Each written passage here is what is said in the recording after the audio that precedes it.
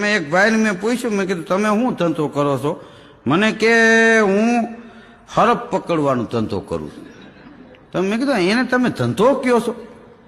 તો મને કે ધંધો ને શું, રોજ કે 1200 રૂપિયા કમાવું છું. કેવી રીતે? મને કે ફોન ચાલુ હોય મારો, ગમે ત્યાં હરપ નીકળે, મને ફોન આવે એટલે હું જાઉં અને કહું કે 2800 રૂપિયા થાય. એમ કે 200 આપી તો ન પકડું, તો 2800 આપે એટલે લઈ લઉં, હરપ પકડી લઉં, ત્રીજી શેરીમાં મૂકું. હોટલે હજી ચા આમ 2 ફૂંક મારીને 2 ઘૂંટડા મારો ને ત્યાં ટીનિંગ ટીનિંગ થાય એટલે ખબર હોય કે દાદો પૂગ્યો.